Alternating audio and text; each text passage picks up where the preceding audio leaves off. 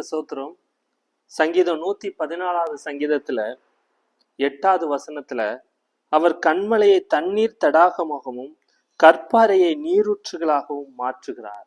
அவரை பாருங்க, கற்பாறையிலிருந்து கூட அது அதுல இருந்து வறட்சியான ஒரு ஒரு அந்த பாறையிலிருந்து கூட தண்ணீரை வர வைக்க அவரால் முடியும். அவர் கண்மலையை கூட தண்ணீர் தடாகமாக மாற்றுகிற தெய்வமாக அவர் இருக்கிறார். அந்த பாருங்க, விளைச்சலே இல்லை, வருமானமே இல்லை, என் வாழ்க்கை வறண்டு போய் இருக்கிறதே என்று நம்ம அநேக பேர் நினைப்பது உண்டு.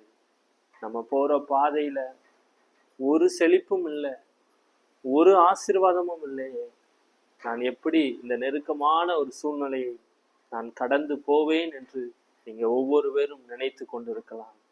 கர்த்தர் சொல்கிறார், உங்க வாழ்க்கை வறண்டு போய் இருக்கிறது, அதுல செழிப்புக்கு வாய்ப்பே இல்லை, ஆசீர்வாதத்திற்கு ஒரு துளி கூட அதற்கு வாய்ப்பே இல்லை என்று நீங்க நினைக்கலாம்.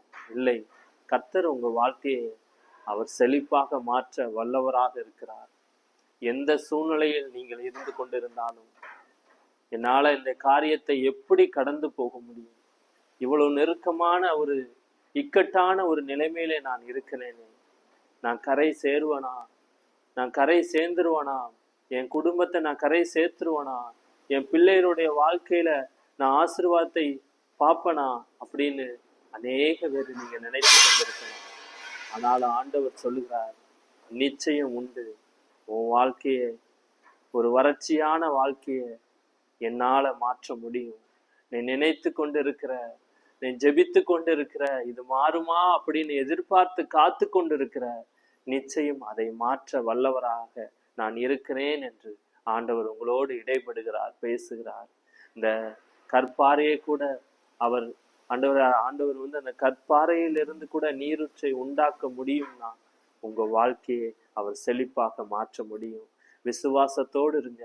இந்த பாதையை கடந்து போக கர்த்தர் உங்களுக்கு உதவி செய்வார்.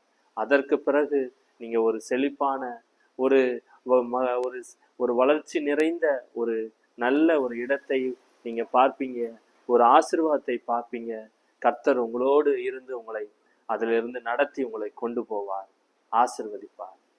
உங்களோடு கர்த்தர் இருப்பார், விசுவாசிக்கிறேன். கர்த்தர் உங்களை ஆசீர்வதிப்பார். ஆமென்.